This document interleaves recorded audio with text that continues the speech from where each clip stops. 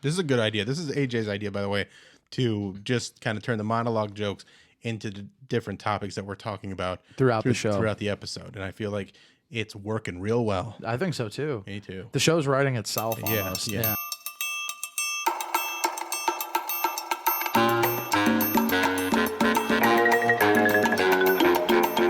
This is the Bill Squire Show.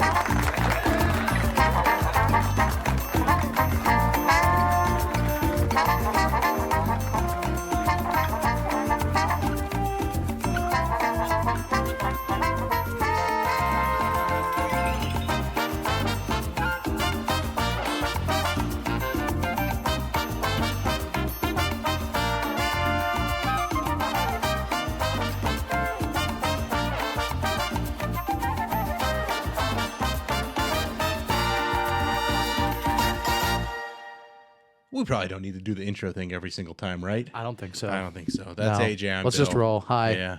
And welcome to the Bill Squire Show. AJ, tell me about your face. Okay, yeah. So before, like, Show them real good on the camera. So here, as you can see, I don't have a mustache, and I have like this mangly, gross-looking beard. Yeah, I look like my parents were immediate relatives. I look terrible right now. Well, so you were doing a little trimming, and you went a little. I went a little low on the mustache, and I was just like, "Fuck it, I'm just gonna get rid of the mustache." But I looked at the clock, and I had to be here at 8:30. Yeah, and I was just like, "There's no way I could get rid of this beard and be on time." So I'm just like, I guess I'm gonna look like a fucking idiot. I think you actually may have done yourself a favor, by not shaving, because now your hair grows pretty fast and it's dark. Yeah. So now that mustache will probably grow in enough to like be noticeable. Yeah, but within the next day or two. So I would actually just leave it the way it is, because it's not as bad as you think. Okay. I think I look terrible. I think I look like I'm in Smash Mouth. But I feel like a clean shaven you is way more worse. It's way worse and like way doughier. It's kind of a doughier look. So I feel like you're okay with that, and because you have like the Italian in you, right, it'll come in quick enough that you won't really notice it for more than like 2 or 3 days. Okay, cool. I mean, yeah, maybe. Yeah. I mean, my face doesn't grow as fast as some do. It might take like about 2 weeks to get for to this that to leg, catch up. Yeah, but it won't catch up, but it'll be noticeable. Okay, like by 2 or 3 days, there will be stubble there. Right. Yes, that's true. So I would say I look like I just got out of a Muay Thai class. Well, I say stick with it. You're doing the Saturday show for my album recording.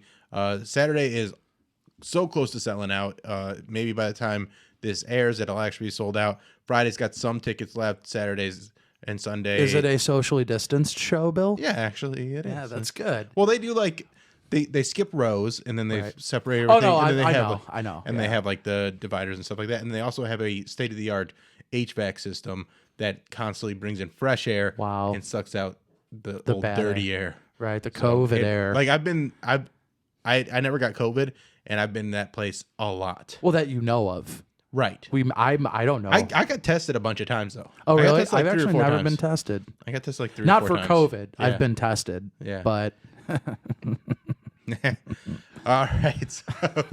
So yeah, get those tickets at hilarities.com. I failed a couple times. Come out to the album recording. It's going to be a lot of fun, and I'm really, really proud of the material that I'm doing. I think it's very, very funny and clever.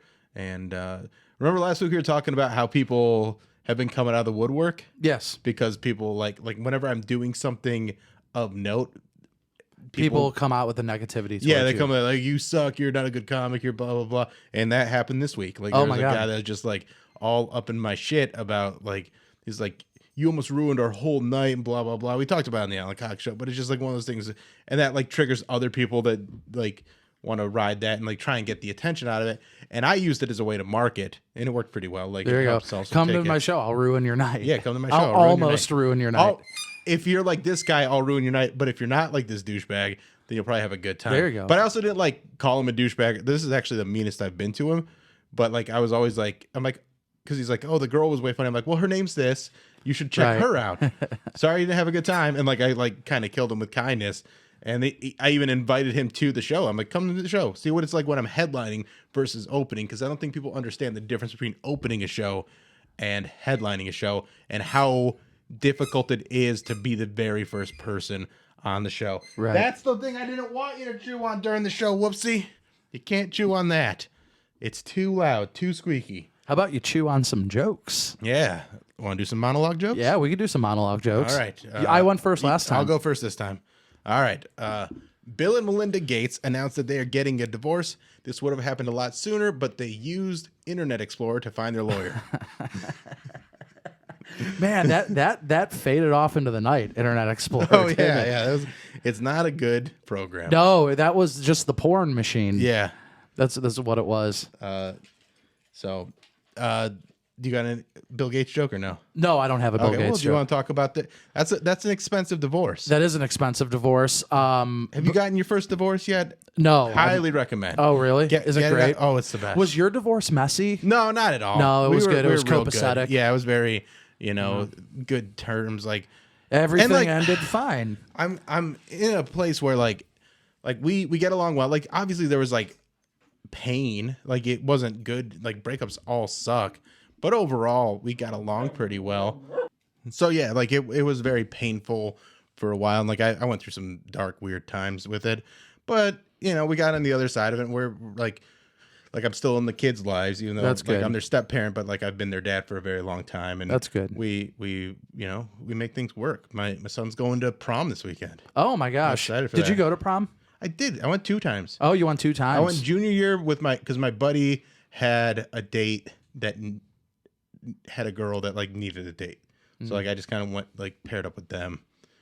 And then I went again my senior year. I had like a girlfriend that like we went and got 2 hand jobs that night. That's awesome. Yeah, it's pretty good. One in each hand, or from 2 separate people, or just from her in one hand. Well, she jerked me off twice in the evening, which I thought was very nice. Oh, was it? But did she use both hands? No, she gave me a hand job, and then a little tuggy. Then we recovered, and then we did another one. Oh my goodness! It was like because I was like, well, like I was like, well, why don't you suck it? And she's like, we're not, we'd only been together for like 3 months at that point. She's like, I'm not ready to suck a dick yet, and so she decided to just do 2 hand jobs. I found that after a certain age, hand jobs just stop happening. Yeah, they really go away. I would rather just not do anything than get a hand job. I got a very good hand job. This is probably 6 years ago. This is like the summer of my divorce. Like after we split up, a girl jerked me off in my car, and it was fucking good. I don't think I could ejaculate from a hand job. I didn't think I was gonna be able to either, but she fucking jerked a dick like a dude. So oh my god, look she at got her, us there. Dude. Yeah, she got you there. She got you over there. I'm very proud of you. And then we went on a couple more dates, and she got super drunk one night, and like gave you 2 hand jobs. No, sloppy drunk that I was just like, oh, I don't like this at all. And was being weird about it, and so I was just like, after that, I was not I wasn't around anymore. Nice girl though. Yeah. Hi. Honestly, she's the gazebo girl. Oh, okay. That poster over there. The story I tell a story, the bit about the gazebo. The gazebo. Yeah, she's the gazebo girl. Nice. I didn't give away too much information, but yeah, I fingered her by a gazebo. She jerked me off in a car.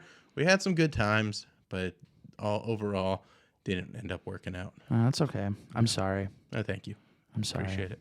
And I'm actually kind of in a weird place with my girlfriend right now. Oh. Won't dig into it too much. Just she's coming over after this to have a talk.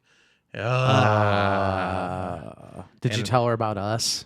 I need you to be here. Yeah, I feel like she'll appreciate it more. Do you need me to mediate?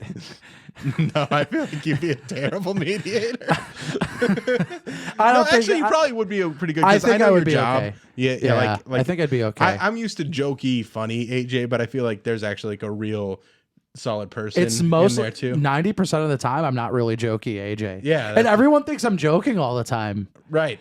Yeah, like somebody earlier today was just like, "Is it true your dad was sick and had cancer?" I'm like, yeah, my dad was sick. He had cancer. He had cancer. So in his that wasn't body. a bit? No, that wasn't a bit. And I have no idea why They thought that that was person even thought that. They're just like, because you kind of give off like a Kaufman thing. I don't really know Yeah. if you're joking or if you're serious. I can see that. But it's just like most of the time I'm just being normal. Like Yeah. I'm not being jokey guy. But I don't know. Sometimes I guess It just comes across that. Yeah. Yeah. Nobody. I can see that though, because you are very dry with your humor. So I Yeah. can see where people would take something that you're trying to say seriously, especially if they know you from doing like comedy and stuff like that. They might misinterpret some things that you say. And sometimes I'll do it intentionally and nobody picks up on it. Oh yeah. And they're just kind of like, I'm like, oh, well, that was a joke. But now it just hurt your feelings. Yeah, right. I've definitely had those. All right. You got a monologue joke? Yeah, I got a monologue joke. Bill, did you hear that Crocs are giving away 10,000 pairs of shoes a day to healthcare workers? I didn't. This just after they pledged to give out 20,000 pairs of Crocs to single mothers yelling at their children at grocery stores. That's something that I appreciate, to just see a kid getting yelled at in a this grocery store. Yeah, just any discipline at all makes me happy, because I'm like, they need it. Like, I don't want to see them get their ass whooped, but I want them to like, especially when the kid snaps to it right away. Like if the mom really doesn't have to yell at them a lot, but they just have to be like, hey, enough. Right. And they like snap out of it. Like I really, anytime I see that, I want to like salute the mom and be like, good momming. You have that child in the right frame where they know that there are consequences to their actions. Right. I was terrified of my mom when I was. If you ask her, she would probably say, no, you weren't. But I was terrified of my mom. I was more scared of my dad. But when my mom would get mad, that would be scarier. Yeah. If that makes sense. It would be. And my mom, it's not like my mom was like a bitch to me growing up. Just like. I mean, I was kind of scared of both my parents, though. Like, I just didn't want to make them upset. Yeah, that was I was mostly. a people pleaser. I wasn't really like a bad kid. I mean, I did bad things. I went to Ozfest when I was 13, and they had no idea. Killed that guy or whatever, right? Yeah, I killed a guy. But yeah. Yeah, I like seeing just like not like over, like excessive.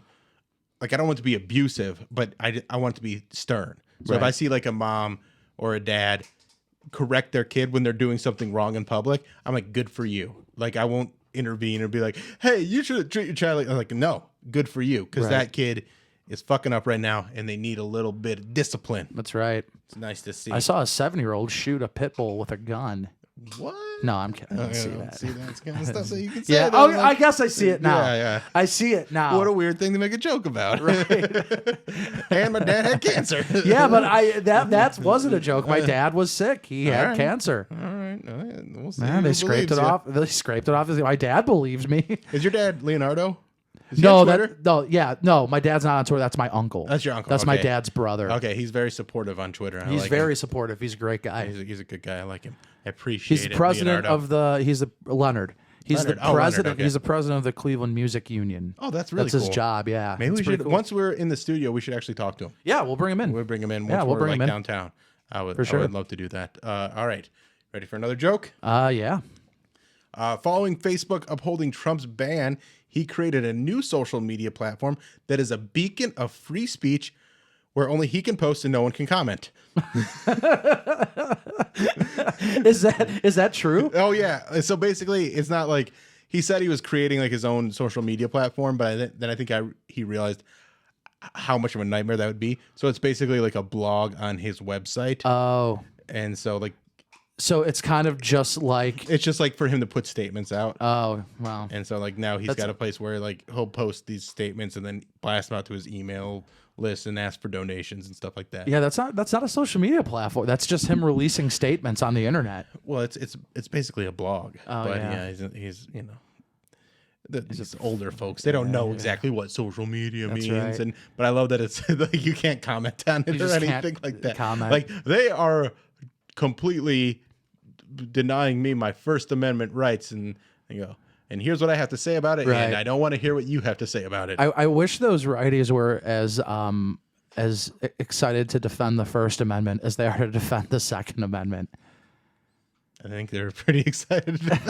No, that's what I mean. Yeah, like I know. they're like they like the Second Amendment way more than the First. Well, And nobody even cares about the third. The First Amendment, they only care about, but they don't actually care about the actual meaning of the First Amendment, where it's like they don't understand that freedom of speech does not mean like you could say anything without consequence. Without consequence, and then you can also it's protecting you from the government intervening. Right. So a place like Twitter or Kicking Facebook, them out is not a First Amendment violation. That's they have every right to that because they have their own terms of service, terms like an agreement, like, and so if you violate those by like I don't know, starting an insurrection, you get kicked off. Like that's a bad thing. That's I actually had a conversation earlier this week with people.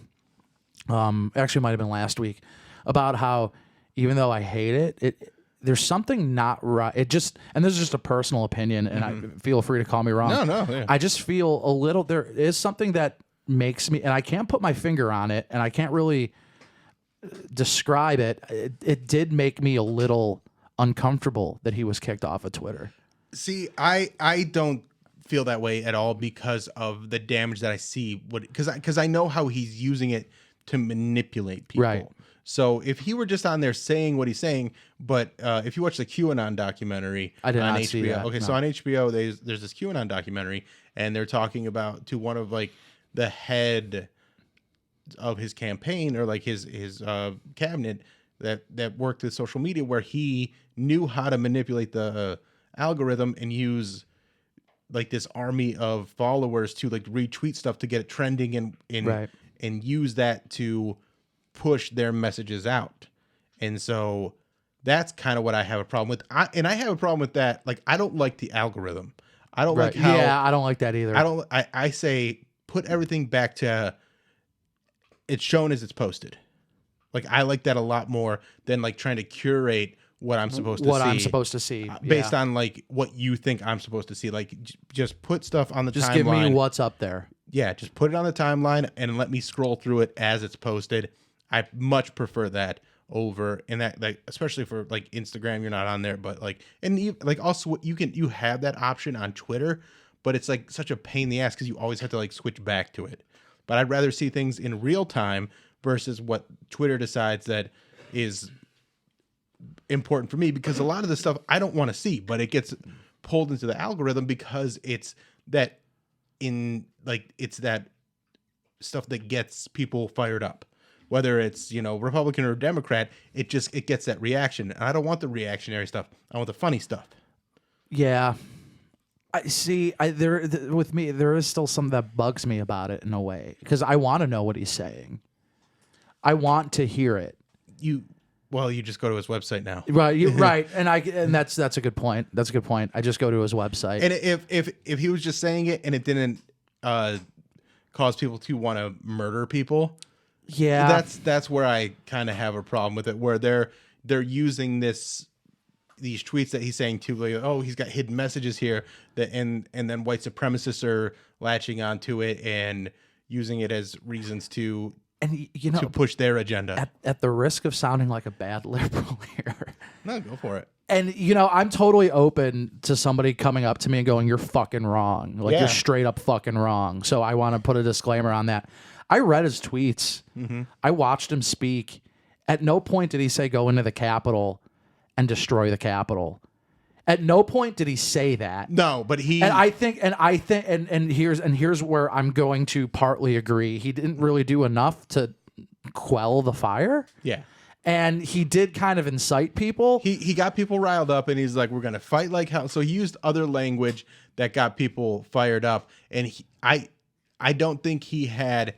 I think it was... And I can't believe I'm sitting here defending the guy. But I think his lack of action once the Capitol was being happening. Stormed, that's what shows that he was on board with it happening. But I saw him go on, he's like, stop it. I saw him say it. Like, I saw him say it. But how did he say it? He did. I don't remember the exact thing. He was just like, we could probably pull it up. All right. Okay. So the way he said it, he goes, you have to stop the violence. We love you all. We need you to go home. And so he's like talking to them like they're his followers, because they are. Right. And he's saying like, we love you all. The violence has to stop, blah, blah, blah. But he's not condemning them whatsoever. Whereas like when they destroy a target over someone getting murdered by a cop, he's like, this is Antifa. They're human garbage. They just want to take away all our rights and all our liberties. And so the juxtaposition on those things is what I take away from it. So as I see him talk about these people that stormed the Capitol of the United States to try and overthrow an election, and he's like, hey guys, you tried your best. I love you so much. Go home now, please. But I doesn't blaming him for it kind of just shift the responsibility away from the people that actually did it? No, because I think that the people that actually did it are obviously they're rioters and they're insurrectionists. Doing it on his behalf because they think the election was stolen from him, and he kept banging that the election is stolen drum up until the point where it got to we're trying to overthrow the election. Right. I'm just saying, like, to the point where it killed people. It did. People died. People died. People died, and people. And also, here's another thing I have with that. These are Second Amendment people, right? Right. And what's the biggest reason to have the Second Amendment is to overthrow the government. Overthrow the government with if it's being a tyrannical government. So why don't they have their guns in that situation? By the way, I'm all for storming the Capitol for the right reasons. Okay. For the right reasons. Yeah, but this was not like to protest a free and fair election. No, this was not the reason to do it. And so it takes a little bit of speculation, which isn't the best way to do things. But I think with the way he kept banging that this election is a fraud drum to get people to do something like that, it's very much on him for continuing to push that when there's no evidence of it. Right. No, I mean that he's wrong there. Yes. Like he's wrong. But he's wrong there, and that gets people that he knows will riled do that. up. And then when he's seeing this, they go in at around 2 or 3 o'clock, and he doesn't even make that statement until like 4. Until like 4 or 5, yeah. I think. I think it's around 5 o'clock when he made that statement, and they're rioting there. They're violently entering our government building where they're trying to certify this election. Right. And so that where his guy's certifying the election. Yeah. His vice president. And they're calling for his death. Yeah. As they're walking around in there, they're saying like, we Pence is first. We're going to kill Pence first. Maybe I'm wrong, and I'm open to admitting that. Do you have Hulu? Yeah, I have Hulu. Okay. There's a documentary on there that shows you the events unfolding in the timeline, and it's pretty interesting. Yeah, there's just something about it. To me, it's just weird, the whole thing. Well, it's something that's being taken way incredibly lightly by our populace. Yeah. Where there was an attack on government. There was a coup attempt at our government, and people are just like, "Whew, that was weird, right?" So I don't know. All right, enough political stuff. Give me another. It's my joke. Yeah, my joke. Sigmund Freud was born on this day in 1856. Bill. Oh, really? Yeah. In his life, he made countless contributions to the world of psychology, most notably the Oedipus complex, which is a pretty thorough explanation as to why Bill wants to fuck his mom. Who told you? Mr. Oedipus Rex. Oh no, I did on this podcast. Oh yeah, you did. That's right. This podcast is actually. Yeah, that's right. Yeah, you said that a couple shows ago. Yeah, a couple shows ago. I definitely. Sigmund Freud, what a fucking weird guy he was, man. I feel like he came reversed. I feel like he incited a riot on the Capitol. Well, I feel like he reverse engineered that whole Oedipus complex, where he's like, I don't want to fuck my mom. I gotta find a. I gotta blame this on everyone else. Yeah, I gotta figure out a way to make this less taboo, like something that people just go, oh yeah, that's a thing. Everyone does. Everyone wants to do that. Everybody wants to do that. Yeah, that's right. It's just what you want to do, right? Mm-hmm. Definitely want to fuck one of those moms that's yelling at their kids, though. In Crocs, man, with some sexy bringing footwear. It all together. That's right. We're tying it all up, man. All right, I'm gonna move on to my next joke. Peloton has issued a recall on their treadmill after reports of injuries and a death have there was injuries and a death, and they have instructed their owners to stop using the Peloton treadmill immediately to hang their clothes.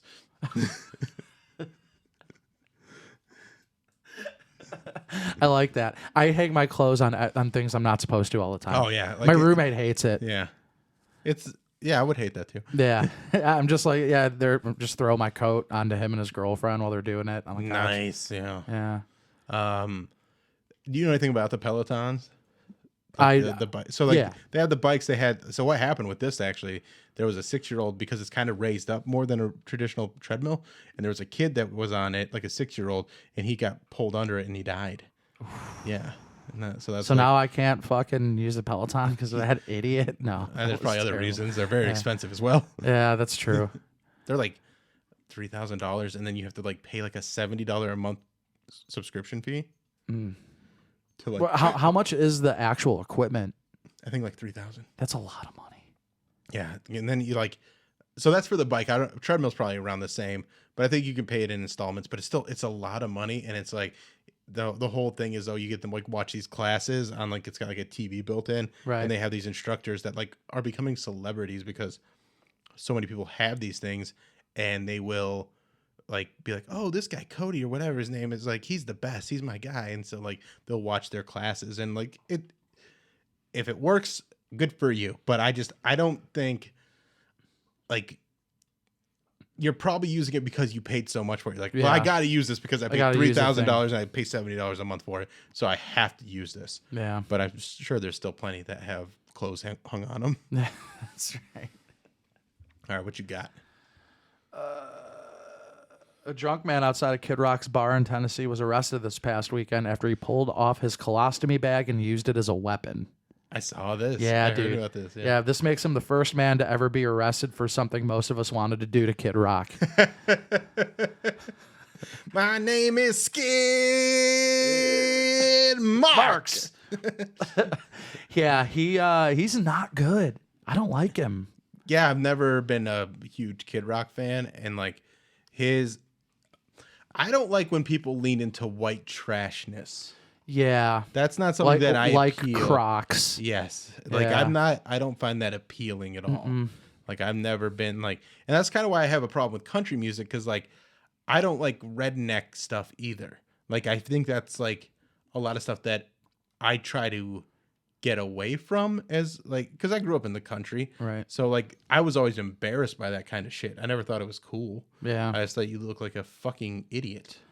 I people like it, and that's people fine. Love it, and but it's more of like the how can you not love this attitude that I'm just kind of like, really? Yeah, and then I also don't like how they try to tie it in like, this is America, this is like what makes Americans America. I'm like, no, it doesn't. Right. It just makes that makes you a fucking hilljack person that usually doesn't want to expand their horizons. Yeah. So I'm very tough on those type of people, because that's where I came from, and a lot of them are still doing the same shit and saying the same shit, and it's like, no, live in such a bubble but act like they know all this shit. Right. It's just like, no, dude, I don't want to fucking live like it's 1895 with you. Like, what are you talking about? But I don't like farming. And that's also like, I don't like, we've talked about this, I don't like being outside all that much. Yeah, I don't like getting dirty that much. And so like all those things that are like, yeah, I'm a redneck, I like going outside and camping and hunting and shit like that. I'm like, no. Outside is nothing compared to inside. All the best things happen inside. I agree. There's nothing good that happens out there. The only thing that makes outside so good is that eventually you get to go back inside. Right. Like I like going outside and be like, oh, I'm outside for an hour, and then I'm inside and I'm like, man, remember what I was outside? That was not as good as being in here. That's right. Honestly, I'll take it a step further. Honestly, most of our lives we just spend going to sit somewhere else. Yeah. Yeah, that's all we do. Like we're doing a show, right? We're gonna stand up, but then afterward we're gonna sit down. You're gonna sit down. You're gonna sit in your car. Then you're gonna get home. Then you're gonna sit in your house. You're gonna go home, and I'm gonna hate myself for the set that I did and how I want to die now. And that's how it goes. All right, next one. A Republican lawmaker in Kansas was arrested after kneeing a student in the groin while working as a substitute teacher. The lawmaker said it was all a plan, to which the student replied, "No, it wasn't." Have you heard about this guy? No, I've not heard about this guy. So I can't remember his name. I can probably pull it up if I want to, but he goes like as a substitute teacher, and he's like just all day like he's like super Jesus-y guy. He's like, "Hey, what do you guys think of masturbation? You shouldn't be masturbating. You should all be having babies, though. You should be having babies and procreating. That's the Lord's way. That's what you gotta do. But get married first, like preaching and stuff like that." And then he knees a kid in the nuts and gets arrested. But like, I don't know exactly how that escalated, but like, there's a video of the kid like rolling around on the floor, and then his excuse was, that's just it was all set up. Me and the kids wanted to go viral. I'm like, I don't think that's what happened, sir. Yeah, no, you hit that kid in the sack. Have you ever when was the last time you got hit in the nuts really hard? Whoopsie has jumped off my nuts, and there's been some times where it's been pretty bad, like where she'll like run off the couch and then like bounce and jump off the couch, but launching off my balls. Oh my goodness! So she'll pounce on them and then leap, so it's like a double hit, and it's not good. It's so bad. I believe it, man. Yeah. That's terrible. Yeah. When's the last time you got hit in the nuts? Dude, I was like 15 years old. Yeah. And we were just messing around, like, and some kid, I didn't even see it coming, just squared up. Bam. Ooh. Dude, his fist like hit me perfectly. Yeah. In both of them. Dude, that's the worst, getting the double rack. Yeah. And what this kid in this news story needed to remember is the rules of Rochambeau always go first. That's right. Yeah, the idiot. Well, I mean, you're young. That comes with experience. With age, yeah. He knows now. Comes with experience. All right. You got one? Yeah. Dr. Fauci, Pope Francis, and Aerosmith guitarist Joe Perry are taking part in a 3-day COVID-19 conference at the Vatican next month. Okay. Pope Francis said that the conference is strictly to raise awareness for global health and has no plans of getting the band back together. Why the fuck is Joe Perry going? Like, I get Fauci and Pope Francis like makes sense. He's probably just he's probably just like a Catholic dude that like is trying to bring awareness, I guess. Right. Well, I mean, but the Vatican could have picked like a better representative of Catholicism. I don't think Joe Perry is the best representative of. Yeah, but you want to get the youth, and by the youth I mean the young boomers. Yeah, the young boomers. Yeah, you want to get those boomers that are in their like late 50s to be like, hey, yeah, Joe Perry. Can I tell you something? Pretty cool. I don't like Aerosmith at all. I'm not crazy about Aerosmith, but I like some Aerosmith. I have faked liking Aerosmith for like 20 years. Well, not 20 years, almost 15 years. I've faked liking for Aerosmith. What reason? I'm gonna tell you why. Because I have a friend who also hates Aerosmith, and I just wanted to fight him. I just wanted to be like... You just wanted to get under his skin. I just wanted to get under his skin and be like, dude, how do you not like Aerosmith? I used to, for the longest time, I used to think Steven Tyler his name was Aerosmith. I was like, oh, that's Aerosmith. That's how I thought like all bands were with like when I was a little kid. I'm like, oh, this guy, there's that one guy, he's Def Leppard, and there's this other guy, Motley Crue, and then there's that other guy, Aerosmith. You know, when I was a very young kid, I used to think every black guy was Michael Jordan. When I was a very young kid. Yeah, I was like 3 years old. I was like, oh, that's Michael Jordan. Yeah. At 3 years old, that's actually pretty progressive. Yeah, for a 3-year-old. By the time I turned 22, I was like, that's not true. See, I had black friends when I was a kid, so I knew. I did too. I just said, when I was 3. Michael Jordan? Well, no, you're 3, you don't have any friends. No, but when I was 3, our next door neighbors and across the street neighbors were black, so like I would get babysat by black people and like hang out with them. So like, and they had kids my age and stuff like that. So like, I spent enough time around black people to be like, they're not all Michael Jordan. Well, like I said, when I was 3, I just used to thought, oh, that's Michael Jordan, because Michael Jordan, I imagine, was probably the first African American person I've ever seen. That you ever saw, yeah. So I was just like, oh yeah, that's Michael Jordan. There's probably some guys like if you said that in public, you probably made their day. Yeah, probably. Like, yeah. Tell this lady here, I'm Michael Jordan. That's the you first suck time. Michael Jordan's dick? She's like, you're 5'4". That's right. You're not Michael Jordan. That's the first time I've ever said that to anyone. So I was like very and I used to do a bit about this, about like how like I knew, like, because I had those neighbors, I didn't understand racism. Like, I didn't know why people, and I thought the reason that we were mad at black people was because they had cooler stuff, because they had like real Transformers toys. Oh, so they had like better toys than us, and I was like, I get it.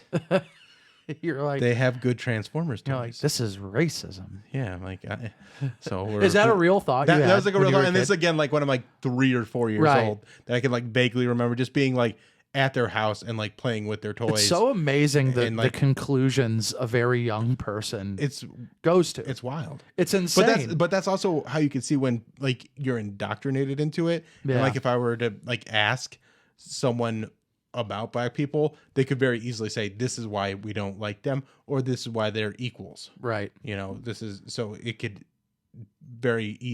at that young of an age, you can manipulate shape. it. Yeah, very easily. It's just crazy to me, but because you can see a child sort of like piecing the puzzle together as they go, but they come up with wildly illogical conclusions, but they take logical steps to get there. Yeah. And you're just kind of like, that's insane. Yeah. Like, that's so crazy how the brain works. I don't know. The brain is a crazy computer, man. Yeah, dude. All right, you got another one? Yeah. All right.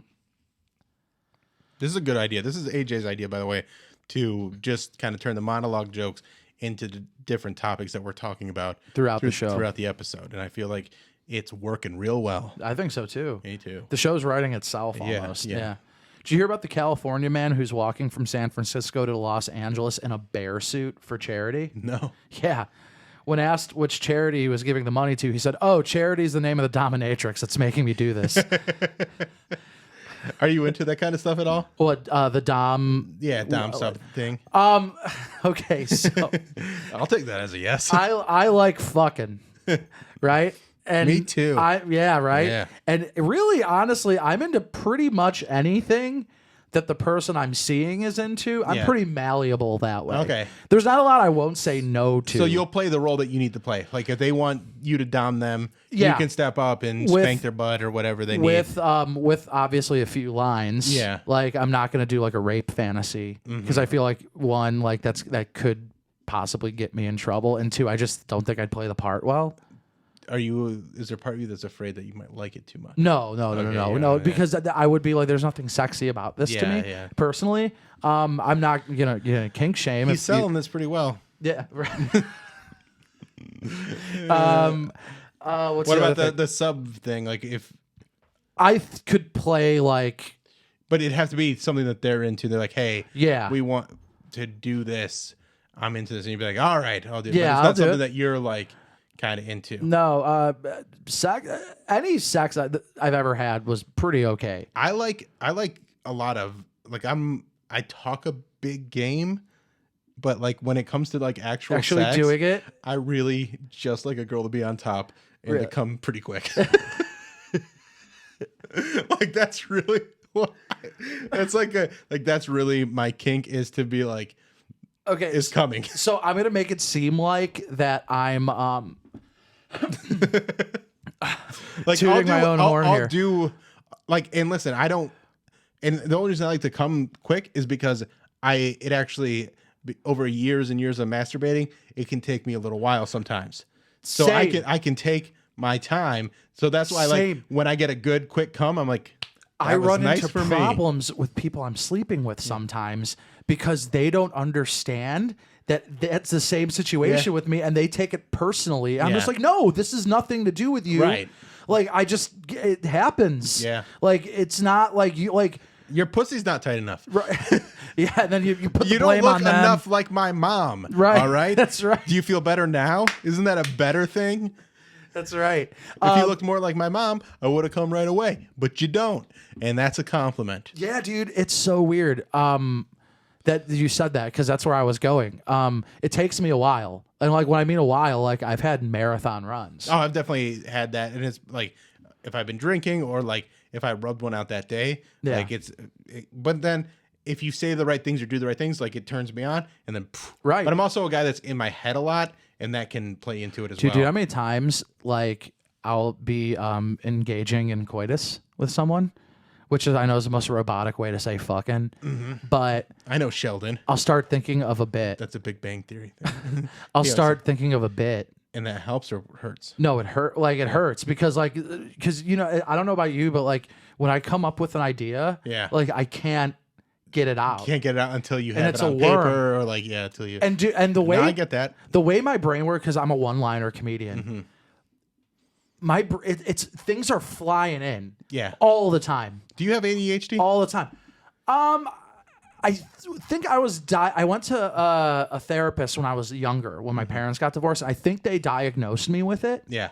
They gave me Adderall before everyone was doing Adderall. I had some Adderall years. I was like, man, I should have sold this. Yeah.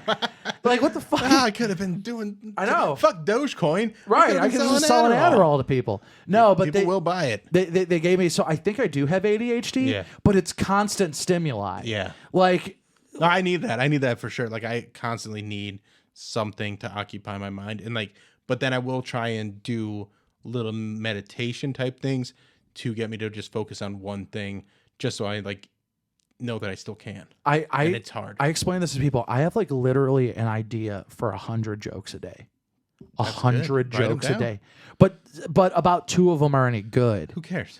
Right. Well, I mean, I'm kind of like. But if you had the ideas, like, and then like write them down, like at least you're being proactive and creating. Right, but when I say 100 jokes enter my mind a day, I'm talking about like things that function as jokes. Yeah. Like they follow the setup punchline structure. Yeah. So I mean most of them are not good. Right, but maybe like 4 of them come out and they're like, okay. You know that'd be good for doing a talk show. A radio that's show. true. Yeah. Every day that's all I do is just hear things and try and turn it into something funny for the most part, or just keep the ball rolling or whatever. All right. Want to do let me see where we're at on time. Oh, we're killing it. We're perfect, right where I want to be. All right. Last joke for me. Do you have one more after this? I think, right? No, I think I did 2 in a row. Oh, you did 2 in a row? I did the Joe Perry one, and then I did my charity dominatrix joke. All right. Well, then I guess I'm closing things out here. Dan Gilbert's plan to excite the Cavs fan base by signing Anderson Varejao for the remainder of the season was a flop. I'll tell you what, that's a Cavs joke. If you know Anderson Varejao and you know that he was a flopper. Yeah, he was a good joke. He was the best to ever do it. Oh yeah. Like every player. They changed the rules because of him. Yeah, every player that enters the NBA and has a career in the NBA becomes the greatest to do at least one thing. Every player? I would say every. No, absolutely not. Absolutely not. Okay. What is Daniel Booby Gibson the best at doing? He hit clutch threes pretty well, but he's not the best at it. No. Okay, if you gave me time to think about it, you can't say that. Like you can't say that every single player that's entered the NBA is the best at something. But okay, they all have their, let me rephrase. Their specialty, right? You remember them for something. Is what I mean. Is what I mean. That's what I meant. Yeah. Is that they fall under this thing? You're like, okay, that's what you're great at. Yeah. You have an elite skill. Yeah. And you're one of the best in the world to do that, is what I meant to say.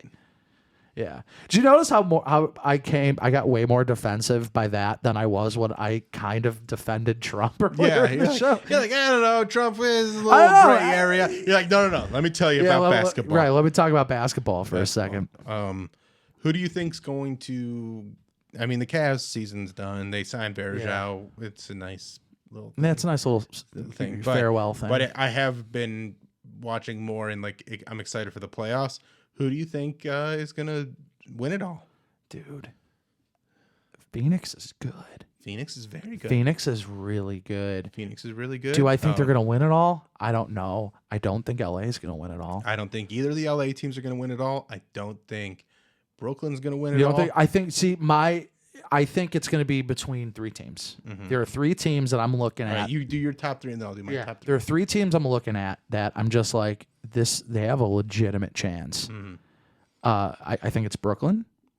They're definitely coming out of the East. I think they're coming out of the East. Yeah, they are very good. I feel like there's a lot that can go wrong with them.